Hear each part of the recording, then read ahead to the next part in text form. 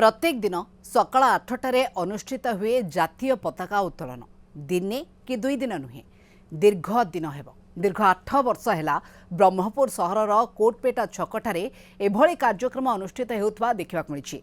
दीर्घ 8 वर्ष तले अर्थात 2018 मसीहा ठीक आज दिन 2018 मसीहार आज दिन अगस्ट 23 तारिख में समाजसेवी रामपात्र नेतृत्व में पताका उत्तोलन कार्यक्रम आरंभ होता।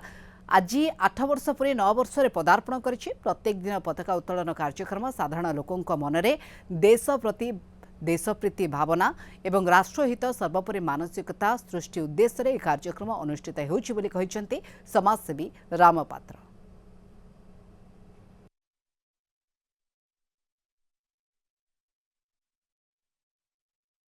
आपण मात्र समस्त निवेदन करुच्ची वंदे मातरम गीतटा गाँतु। वंदे मातरम गीत गाइले दुईटा लाभ अच्छी। गोटे देशभक्ति सृष्टि है गवर्नमेंट पाठ ना तेणु आम दुईटा लाभ अच्छी। तेणु ये दुईटा लाभ को आम कहीं छाड़ा से समस्त वंदे मातरम गीत गान करूँ। निश्चित भाव देशर भावना आप बढ़िया देखु आम जिते जनगण गाँचे वंदे मातरम छात्र फुल जाते ना छात्र गवर्नमेंट अनुभव कर